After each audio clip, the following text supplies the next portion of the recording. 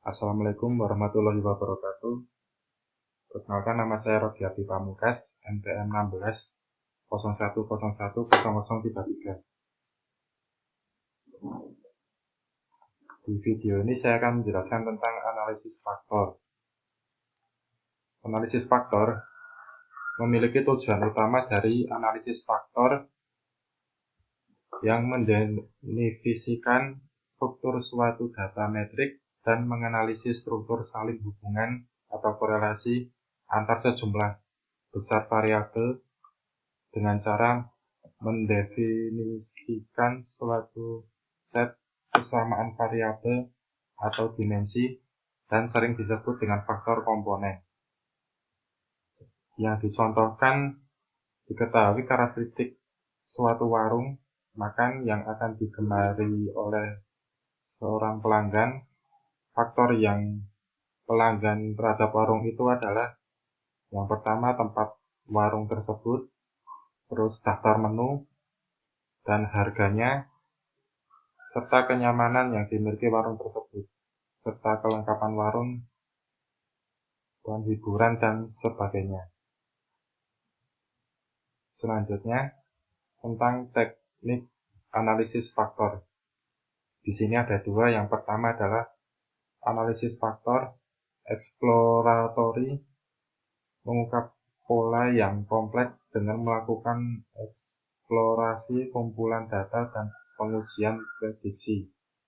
Selanjutnya, analisis faktor konfirmatory, yaitu melakukan hipotesis dan menggunakan diagram analisis jalur untuk merepresentasikan variabel dan faktor. Selanjutnya, asumsi analisis faktor. Yang pertama, data masing-masing variabel yang diteliti berdistribusi normal. Yang kedua, nilai Kaiser-Meyer-Ogden Measure of Sampling Adequacy, atau bisa disingkat MO atau MSA, lebih besar dari 0,50 dan nilai Bartlett Test of Sphericity lebih kecil 0,05. Yang ketiga adalah ada hubungan atau korelasi yang kuat antar variabel. Hal ini ditandai dengan anti-image correlation antar variabel lebih besar dari 0,50. Selanjutnya adalah rotasi faktor. Rotasi faktor adalah salah satu proses dalam analisis faktor untuk membedakan antar faktor. Pemilihan rotasi faktor tergantung dari tujuan penelitian. Di sini ada dua tipe. Yang pertama, rotasi ortogonal, di mana faktor saling independen atau tidak berrelasi, sedangkan oblikui kebalikannya. Yang kedua, rotasi oblikui, yaitu biasanya dilakukan pada penelitian yang secara teoritis ingin memperoleh sejumlah faktor atau ingin mengkonsumsi beberapa hal.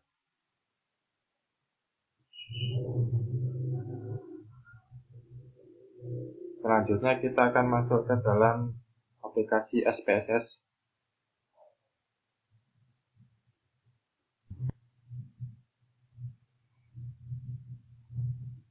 Ini adalah contoh data yang akan kita analisis ke SPSS.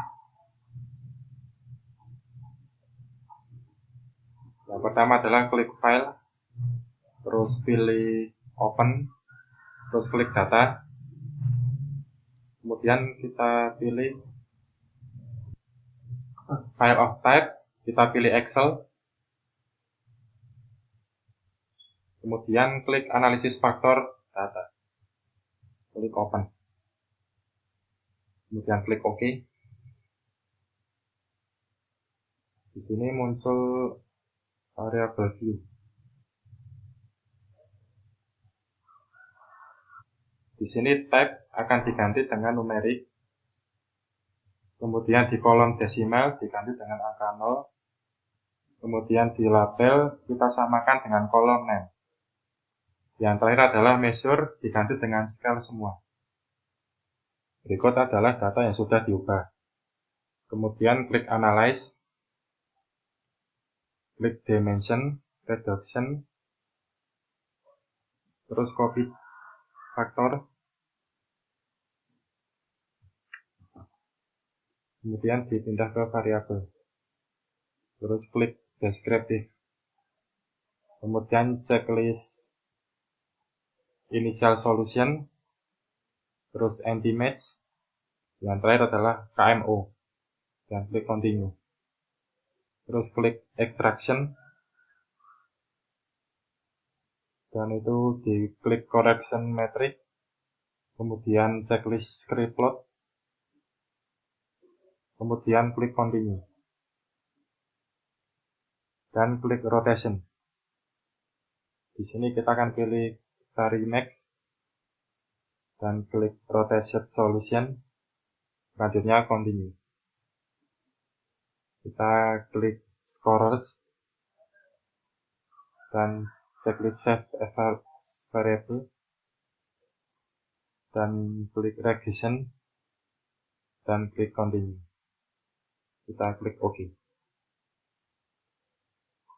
Di sini muncul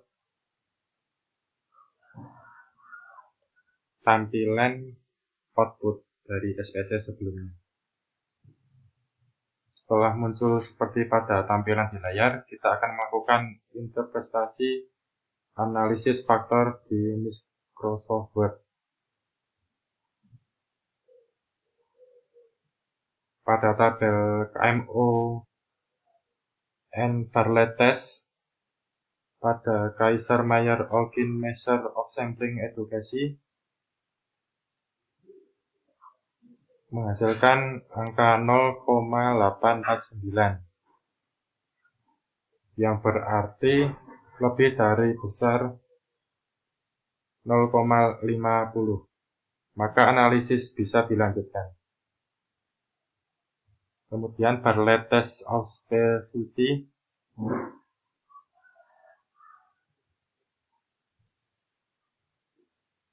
menghasilkan 0,0000 kurang dari 0,05, maka analisis bisa dilanjutkan. Anti-image metric, terdapat kode huruf A pada tabel di atas yang artinya Measure of Sampling Education atau MSA harus lebih dari 0,50. Dari hasil tabel tersebut telah memenuhi persyaratan. Kemudian di tabel Commonalities menunjukkan nilai variabel yang diteliti apakah mampu menjalankan faktor atau tidak. Dan pada tabel Total Variance Explained menunjukkan nilai masing-masing variabel yang dianalisis. Syarat untuk menjadi sebuah faktor, maka nilai eigenvalue lebih besar dari 1. Maka dengan demikian yang mampu menjelaskan faktor adalah faktor 1 sampai dengan faktor 5. Yaitu sama dengan seperti nomor 1, 15,961 dibagi 18 dikali 100%, yang hasilnya 33,11%. Nomor 2 sampai nomor 5 seperti cara nomor 1 yang sudah ada pada di layar.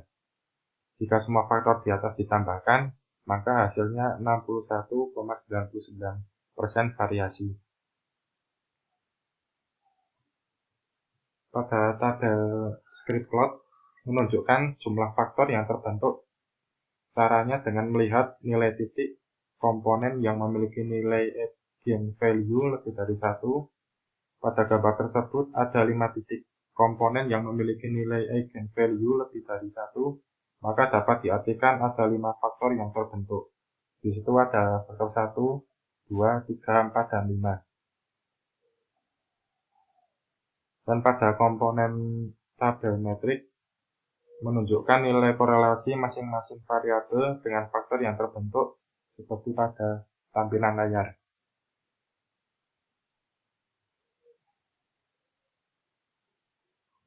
Pada tabel tersebut, untuk memastikan suatu variabel masuk dalam kelompok faktor mana, maka dapat ditentukan dengan melihat nilai korelasi terbesar antar variabel dengan faktor yang terbentuk.